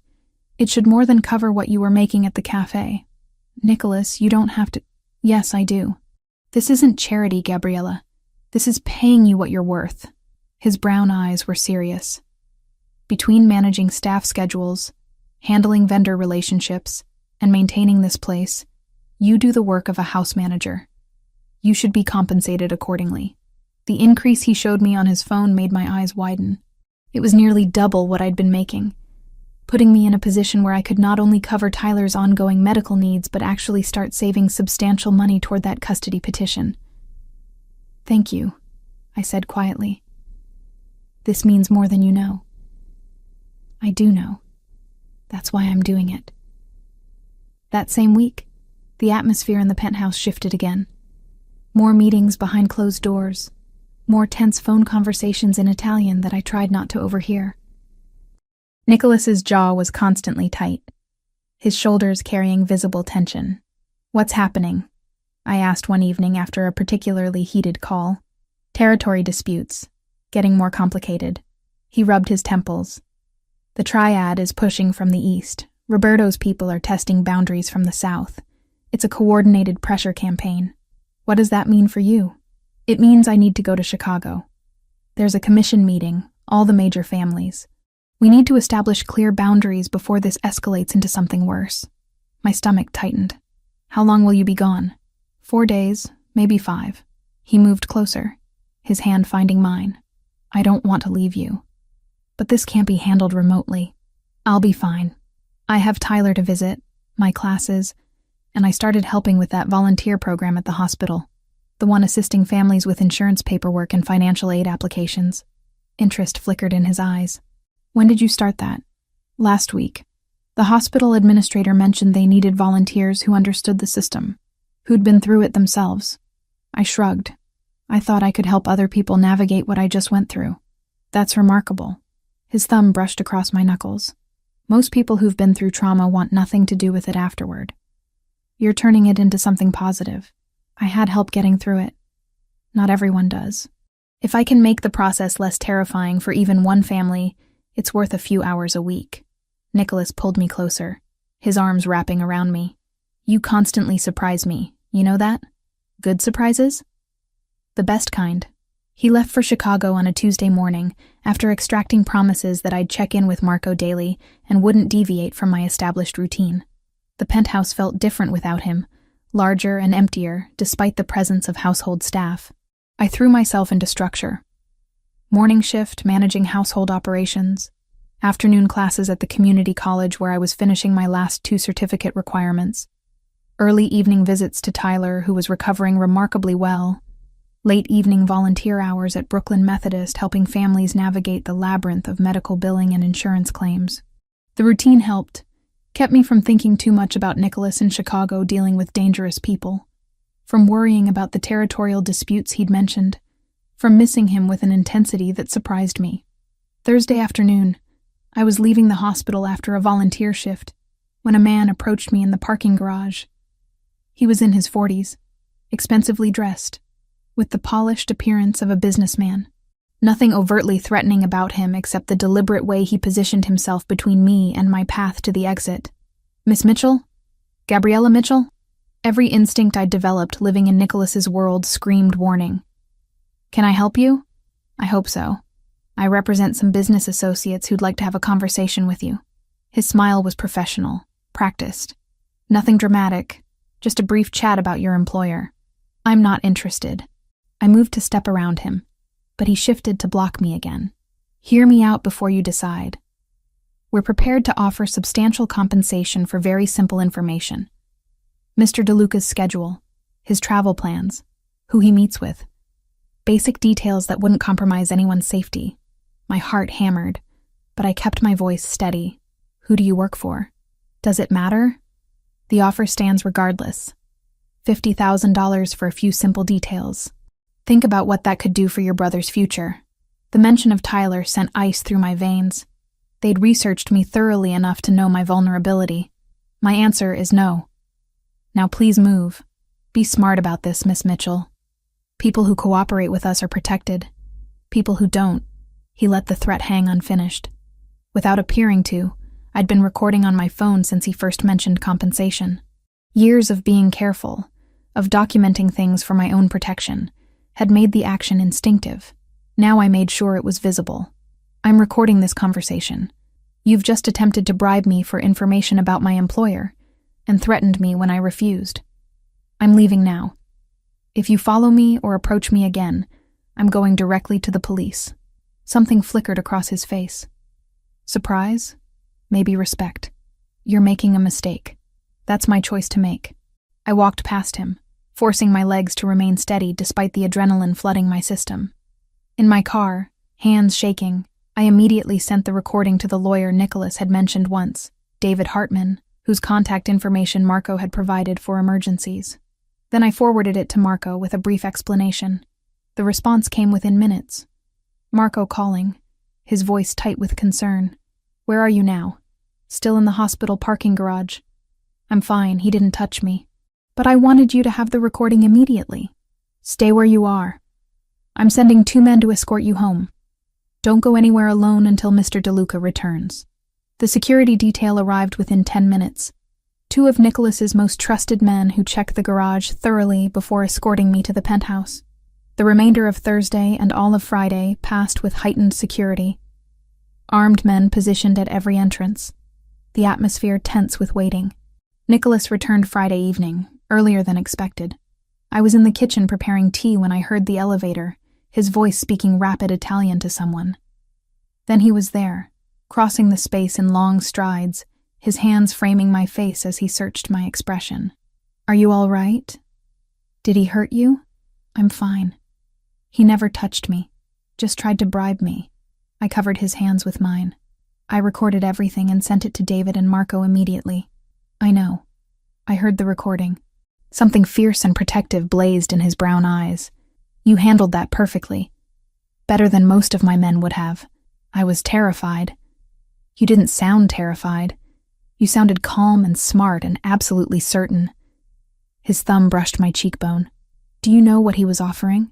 $50,000. Most people would have at least pretended to consider it, bought themselves time to think. You refused immediately. Of course I did. I'm not going to betray you for money. Why not? The question was genuine, curious. I'm not your family. We've known each other a few months. $50,000 could change your life. I pulled back slightly, studying his face. Do you really not know? Know what? That you matter to me. That the thought of helping someone hurt you makes me physically ill. That I'd rather have nothing and know you're safe than have everything and know I contributed to your destruction. Nicholas was silent for a long moment, something vulnerable and overwhelmed in his expression. Then he kissed me, deep and thorough and full of things we hadn't said yet. When we finally broke apart, he rested his forehead against mine. I've never had anyone choose me like that. Not when it cost them something. Not when the easy path was right there. Then you've been surrounded by the wrong people. He laughed, the sound rough with emotion. Apparently. We moved to the living room, where Nicholas explained what the recording had revealed. The man was a known intermediary for Roberto Ferraro, confirming that the approach had been coordinated from the top. The fact that I'd recorded everything and reported it immediately had given Nicholas leverage, proof of Roberto's boundary violations that could be used with the commission. This actually helps, Nicholas said, laptop open on the coffee table showing messages from his Chicago meetings. Roberto's been claiming he respects the established protocols. This proves otherwise. So what happens now? Now I use this to force a formal mediation. He was right. In the weeks that followed, Chicago stopped being an abstract threat and turned into conference rooms, closed doors, and too many cups of coffee. The commission listened to the recording not as gossip, but as evidence. By the time they were finished, Roberto had been pushed back from several of the borders he'd been pressing, and the triad had formal constraints written into the new agreements. It wasn't peace, and it didn't magically turn Nicholas into a saint, but it redrew the map in a way that gave us room to breathe. Everyone watching understood that if they wanted to come for the pieces of the city tied to our foundation, they'd have to do it in the open, not through back corridors and parking garage threats. Roberto can't play innocent when there's documented evidence of him attempting to compromise my household security. He closed the laptop. It'll take time to resolve completely, but the immediate threat should decrease. Should? Nothing's certain in my world, Gabriella. You know that now. He pulled me closer on the couch. But I can promise you this. Anyone who comes near you again will regret it. The possessive protectiveness should have bothered me, should have felt like another cage. Instead, it felt like safety, like someone finally standing between me and the dangers I'd always faced alone. I need to tell you something, I said quietly, about why I wasn't even tempted by the money. You don't have to explain. I want to. I took his hand, lacing our fingers together. When I was with my last boyfriend, before I came to New York, he used to test me like that. Offer me things, money or gifts, or help with Tyler, but always with strings attached. Always with the understanding that I owed him something in return. By the time I realized what was happening, I was so tangled up in debt and obligation that leaving seemed impossible. Nicholas's jaw tightened, but he didn't interrupt. I swore when I finally got out that I'd never let myself be owned like that again, that I'd rather struggle honestly than be comfortable dishonestly. I met his eyes.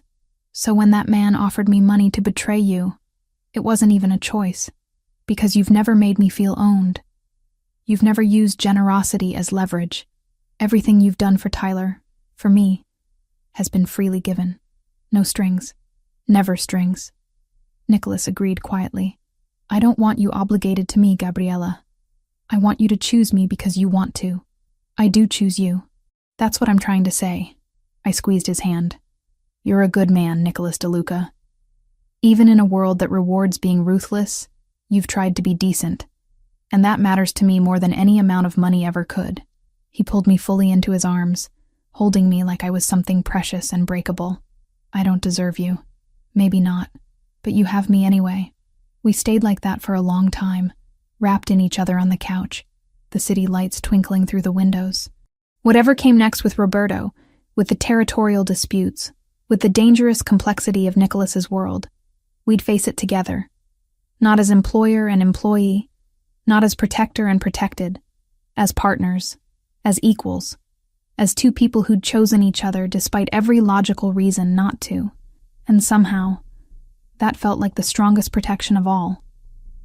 6 months after that first kiss in the kitchen, my life had transformed in ways I couldn't have imagined. Tyler was thriving, his energy returned, his color healthy. The volunteer program at Brooklyn Methodist had expanded with me coordinating 3 other volunteers now. And my accounting certificate was finally complete. I stared at the final grade report on my laptop screen, hardly believing the numbers. Straight A's across all courses. The technical certificate was mine, officially, after 2 years of night classes and exhaustion and doubt. Congratulations. Nicholas's voice came from the doorway of my suite, where I'd been working at the small desk. I turned, smiling. How did you know? Marco mentioned you'd been checking your email obsessively all morning. He stepped inside, hands in his pockets, looking relaxed in dark slacks and a white button-down with sleeves rolled to his elbows. The grades posted? Just now. I passed everything. Top marks. The reality of it hit me fresh, bringing unexpected tears. I actually did it. Nicholas crossed to me, pulling me up from the chair and into his arms. Of course you did. You're brilliant and determined. I never doubted it for a second. I doubted it plenty of times. I know. But you kept going anyway. That's what makes you extraordinary. He pulled back slightly, his brown eyes warm. We're celebrating. Tonight. No arguments. Nicholas, you don't have to make a big deal. It is a big deal. You worked for this while managing everything else in your life. That deserves recognition. His smile turned slightly mischievous. Besides, I already made plans. 8 o'clock on the terrace. Just us. The terrace had been transformed when I stepped out that evening. String lights crisscrossed overhead, creating a canopy of warm illumination. A small table was set for 2 with simple white linens and candles. Nothing ostentatious but undeniably romantic. The city sprawled below us, lights twinkling like earthbound stars. This is beautiful, I said, taking in the scene. Nicholas pulled out my chair, waiting until I was seated before taking his own. I wanted tonight to be special. Just you and me, celebrating what you've accomplished. Dinner was courses of my favorite foods, things Nicholas had learned I loved over months of shared meals. Fresh pasta with sage butter, roasted vegetables, a salad with pears and candied walnuts. Wine that tasted expensive, but not showy. Everything perfect in its simplicity. Tyler started his internship this week, I said between courses. He called me yesterday, so excited he could barely get the words out. Nicholas smiled. David mentioned he's doing well. Good instincts for the administrative side of things. After Tyler's full recovery, Nicholas had offered him a part-time position in the charitable foundation he'd established years ago, doing basic administrative work that would look good on college applications while teaching real skills. Tyler had been hesitant at first, worried about accepting more help, but I'd convinced him that sometimes you accept opportunities not as charity, but as stepping stones. He wants to take some business classes at community college next semester, along with his architecture courses. Says understanding the financial side will make him a better architect eventually. Pride swelled in my chest. He's thinking ahead, planning a real future. Because you gave him that chance. You fought for it. Nicholas reached across the table, his fingers finding mine. Everything you did, all the sacrifice and struggle, it's paying off. Tyler's healthy and building a life. You have your certificate and job prospects opening up. You should be proud. I am. But I didn't do it alone. I squeezed his hand. You made it possible, Nicholas. The surgery, the stability, the time and space to focus on school. I wouldn't be here without you. You would have found a way. You always do. After dinner, Nicholas retrieved a small velvet box from his jacket pocket. My breath caught, a moment of panic about what it might contain. But when he opened it, I found a delicate necklace instead of a ring. A sapphire pendant, deep blue and luminous, set in white gold with a simple chain. This belonged to my grandmother. Nicholas said quietly, my father's mother. She was the only member of my family who ever asked me what I wanted from life, instead of telling me what I owed. He lifted the necklace from the box. She wore this every day until she died, left it to me specifically, said to give it to someone worthy, someone who understood that family means choosing to show up, not just sharing blood. Tears pricked my eyes. Nicholas, I can't accept something so meaningful. Yes, you can. Because you are worthy, Gabriella. You embody everything my grandmother valued. Strength, loyalty, the courage to fight for the people you love. He moved behind my chair, fastening the necklace around my throat. This isn't about possession or obligation. It's about family, the one we choose to build. The sapphire settled against my skin, warm from his hands. I touched it gently, feeling the weight of history and intention. Thank you. I'll treasure it. Nicholas returned to his seat, his expression softer than I'd ever seen it. There's something else I want to tell you, about changes I'm making to the business. I waited, sensing the importance of whatever came next. I've been working with my lawyers and accountants to restructure things, gradually shifting away from the operations that exist in legal gray areas toward legitimate enterprises. Real estate development, restaurant chains, import-export of legal goods. He paused. It'll take years to complete the transition, and I'll never be entirely clean given my history.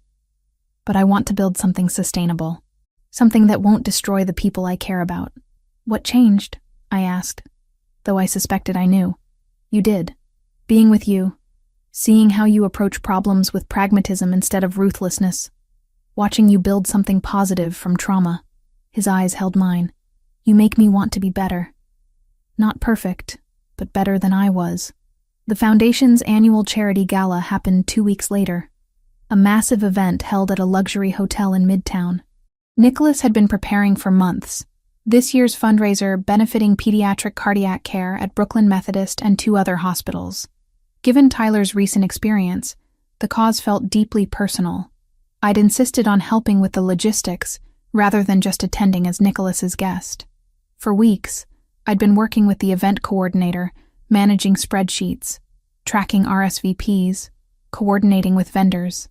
It felt good to contribute something tangible beyond just being arm candy for a powerful man. The night of the gala, I wore a dress Nicholas had selected. Champagne-colored silk that draped elegantly without being ostentatious. The sapphire necklace rested against my throat. My only jewelry. Simple but sophisticated. Or so Nicholas assured me when I'd worried about fitting in. You'll be working backstage most of the night, I reminded him as we rode to the hotel. I'm not attending as your date. I'm part of the team making sure everything runs smoothly. I know, though I reserve the right to steal you away for one dance later.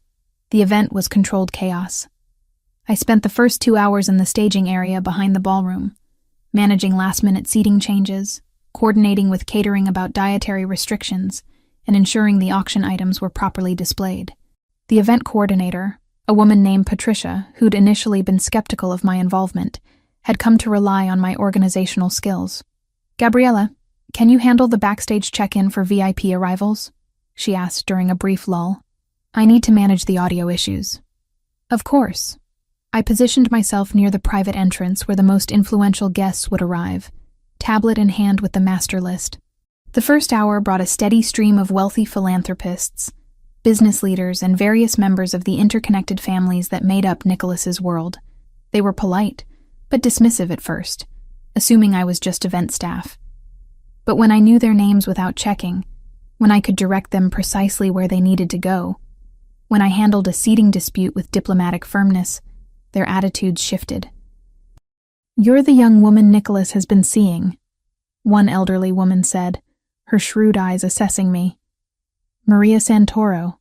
My husband runs operations in New Jersey. Gabriella Mitchell. It's nice to meet you, Mrs. Santoro. You're not what I expected. She studied me frankly. You're working, actually contributing instead of just draping yourself on Nicholas's arm for show. I prefer being useful. She smiled, genuine warmth breaking through her initial reserve. Good.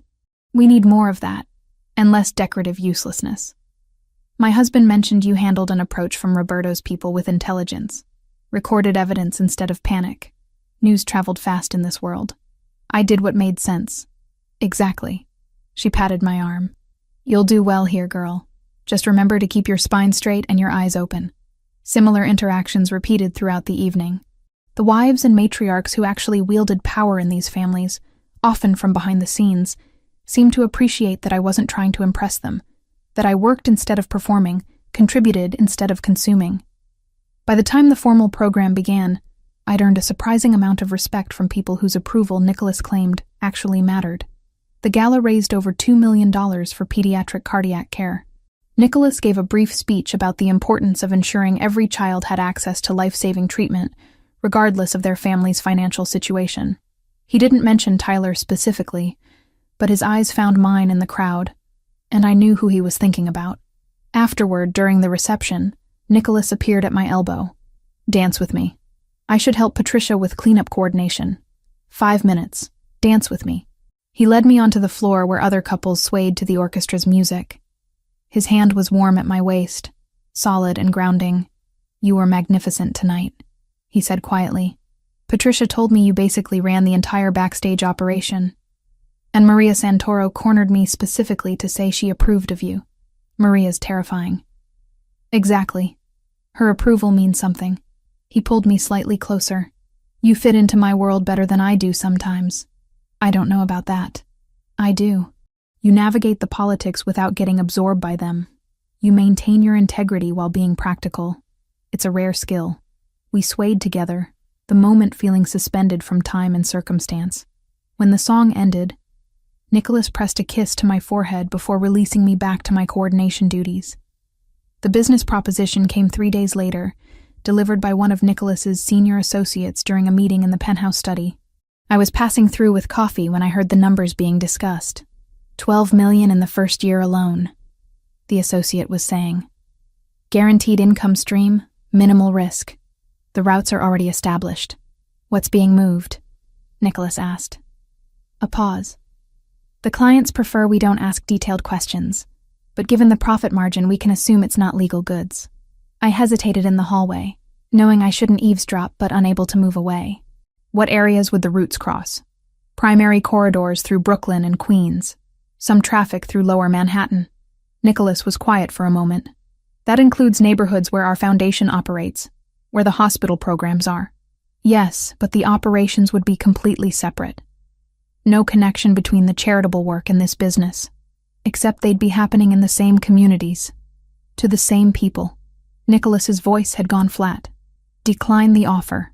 Sir, with respect, this is exactly the kind of opportunity that built this organization. The profit would fund expansion into legitimate markets faster." I said decline. After the associate left, I found Nicholas standing by the study window, tension evident in his shoulders. I entered quietly, setting fresh coffee on his desk. "You heard," he said without turning. "Some of it. Enough. I'm turning it down. The profit isn't worth the cost." I moved to stand beside him at the window. "Can I show you something?" At his nod, I pulled up a spreadsheet on my tablet, one I'd been working on for the foundation's quarterly review. "These are the neighborhoods your foundation currently serves. Bronx, Brooklyn, Queens, parts of Manhattan. 43,000 people directly impacted by programs last year. Food assistance, after-school programs, medical advocacy like what I do at Brooklyn Methodist." I swiped to another screen. "This is the overlap with the routes your associate mentioned. 87%. Which means whatever gets moved through those corridors, 87% of the communities you're trying to help would be the same communities dealing with whatever that trafficking brings. Violence, addiction, instability." Nicholas studied the data silently. "I'm not telling you what to do," I said carefully. "Your business, your choice. But I thought you should see the numbers. The real impact beyond profit margins." He took the tablet, scrolling through the data I'd compiled. "You put this together?" I analyzed data for the foundation anyway. This was just connecting existing information. Nicholas set the tablet down and pulled me into his arms, holding me tightly. This is exactly why I'm trying to change things. Because you show me the cost, not just the profit. The humanity, not just the numbers. You already knew the cost.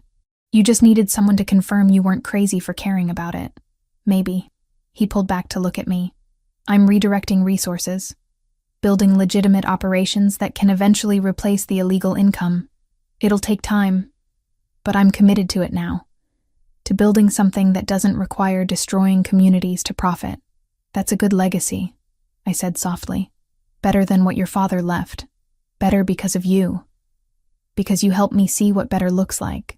We stood together at the window overlooking the city. Two people trying to build something honest from complicated origins. It wasn't perfect. It wouldn't happen overnight. But we were trying. Together. And somehow that felt like its own kind of victory. 1 year had passed since that dinner party, when Nicholas had instinctively claimed me in front of Roberto Ferraro, setting everything in motion. 365 days of transformation. Of building something real from what had started as employer and employee, protector and protected.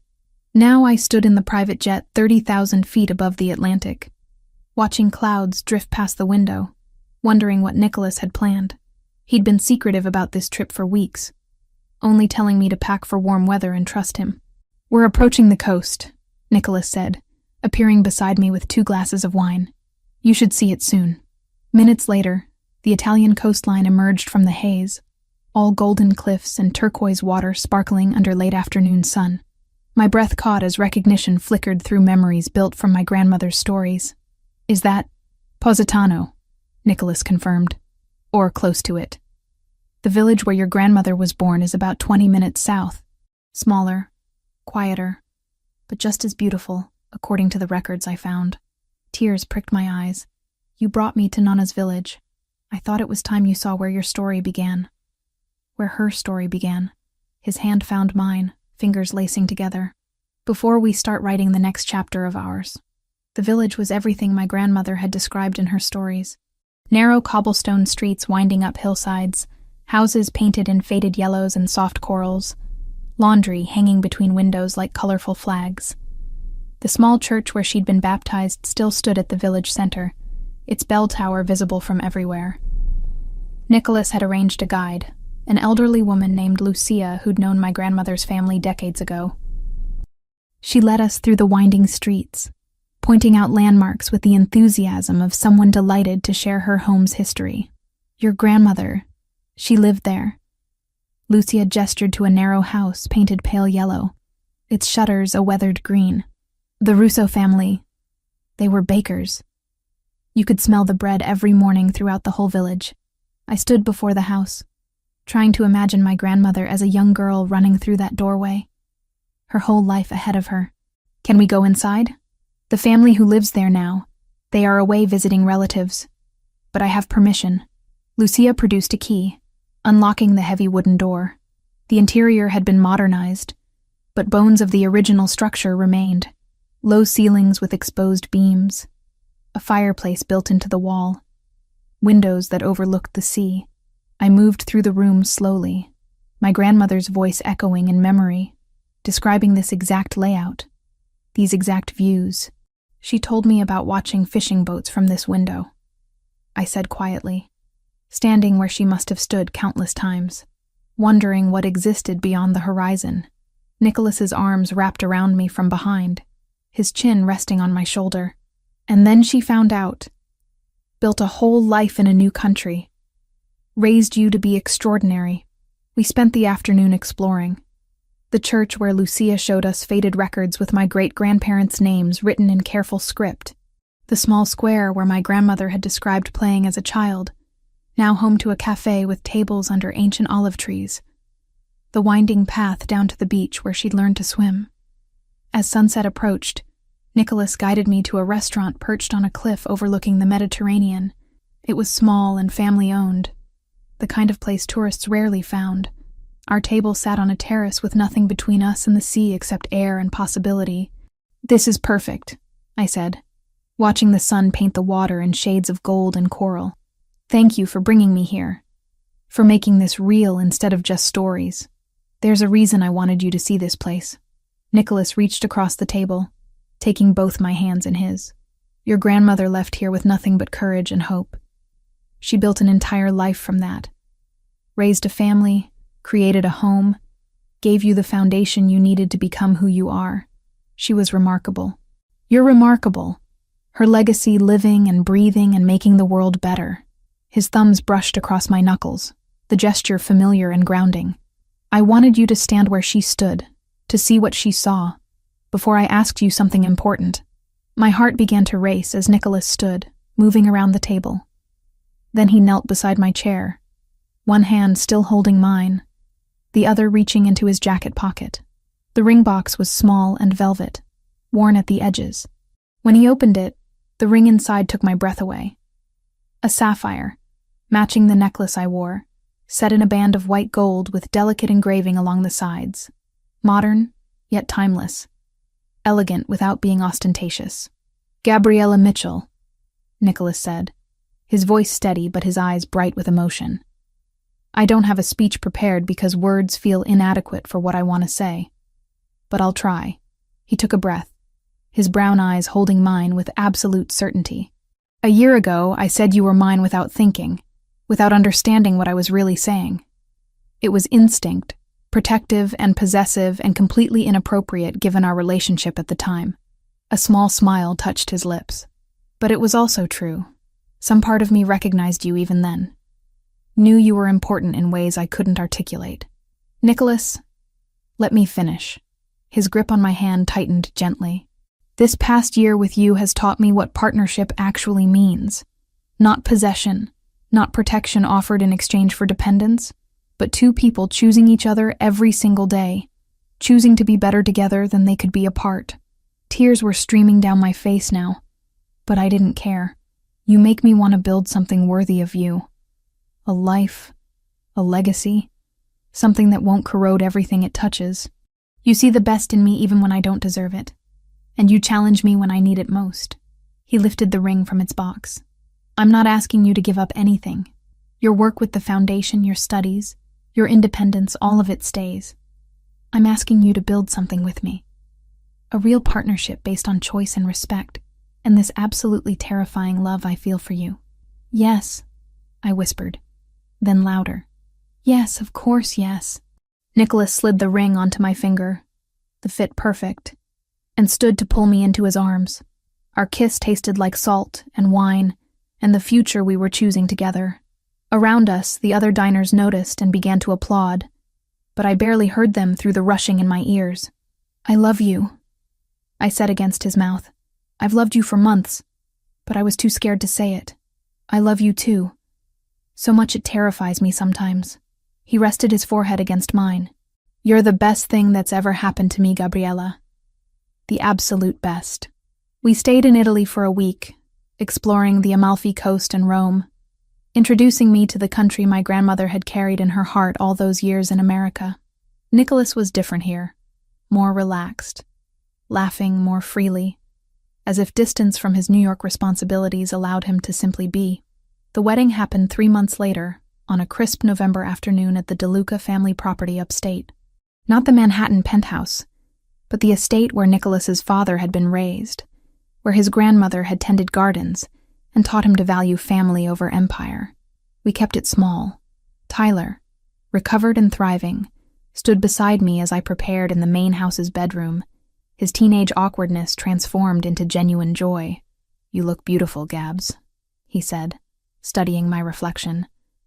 Like really beautiful. Not just brother duty beautiful. I laughed, smoothing down the champagne silk of my dress. It was simple, with clean lines, and a fitted bodice that flowed into a floor-length skirt.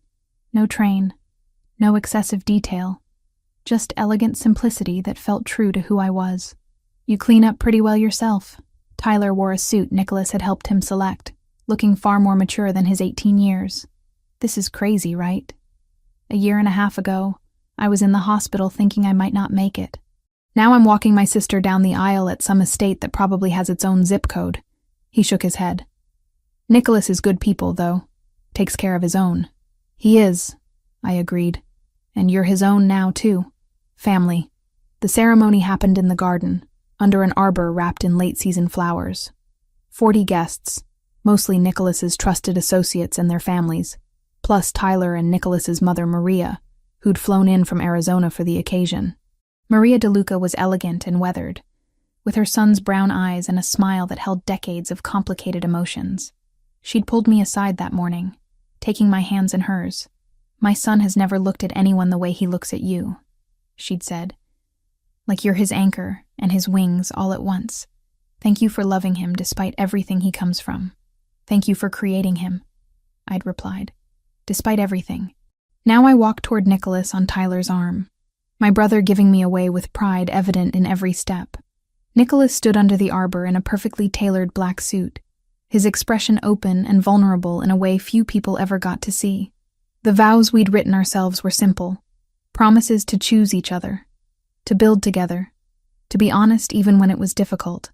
No grandiose declarations, just truth spoken plainly before people who mattered.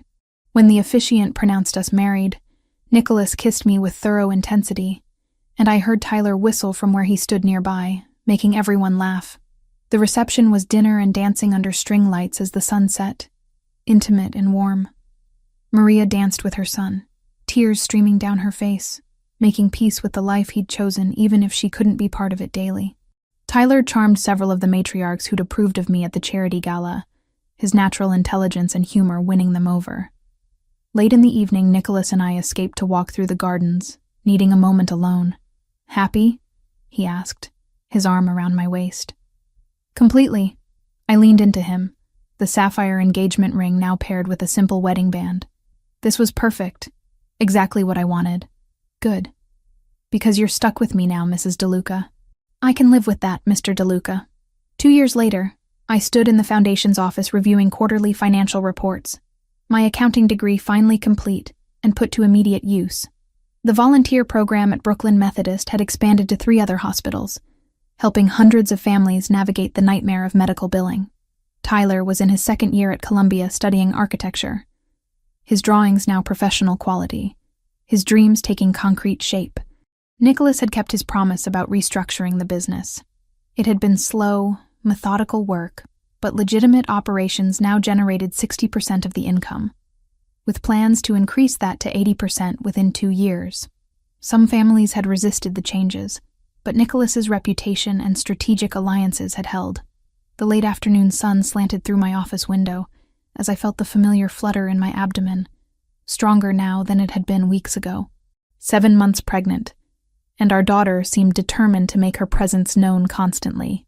"Easy there," I murmured, rubbing the spot where a foot or elbow protruded. "Mama's trying to work. She's already taking after you," Nicholas said from the doorway, a smile in his voice. "Stubborn and making demands." I turned in my chair, taking in the sight of my husband. His hair was slightly longer now, threads of gray beginning at his temples, stress lines around his eyes from the weight he carried. But when he looked at me, at us, those lines smoothed into genuine contentment. "How was the meeting?" I asked as he crossed to me, his hand immediately going to my belly.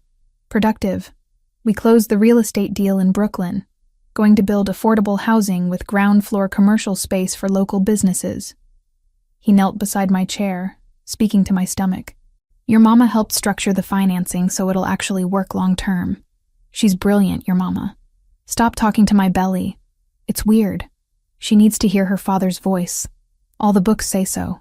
His hand moved in gentle circles. "I was thinking about reading to her tonight. Maybe some architecture history for Tyler's sake." I ran my fingers through his hair, overcome with love for this man who'd transformed from dangerous Mafia boss to partner to father-to-be with such genuine commitment. "I never thanked you," Nicholas said quietly, looking up at me. "For what?" "For answering that phone call in Italian. For being exactly who you are in that moment when Roberto was watching. For letting me claim you, even though I had no right." His hand stilled on my belly. That impulsive statement started everything. Exposed something I hadn't admitted to myself. And led to this. He gestured around us, encompassing not just the office but everything we'd built. The foundation helping thousands. Tyler thriving. Our daughter growing strong. A life constructed on choice and respect rather than obligation and fear. "You would have found your way to me eventually," I said softly. "Some things are inevitable. Maybe. But I'm grateful it happened how it did. That I got to see you. Really see you. Before I understood what I was seeing." He stood, pulling me carefully to my feet and into his arms. "I love you, Gabriella DeLuca. More than I knew it was possible to love anyone. I love you too." I kissed him gently. "Now let's go home. I want to put my feet up. And you promised to make that pasta your mother's recipe." We left the foundation office together, my hand in his. Our daughter moving between us, the future uncertain but faced together. Whatever came next, whatever challenges the world presented, we'd handle it the way we'd handled everything else. Tyler had been part of every step that led us here. After long conversations with his adoptive parents and the social worker who had once suggested my best option was to let him go, we stopped talking about winning him back and started talking about what gave him the most stability. On paper, he stayed with the family that had raised him. In practice, he had 2 homes, 2 sets of parents, and more people fighting in his corner than either of us could have imagined when I was counting every pill at a plastic kitchen table. As partners, as family, as 2 people who'd found each other against impossible odds and chosen, every single day, to keep choosing each other.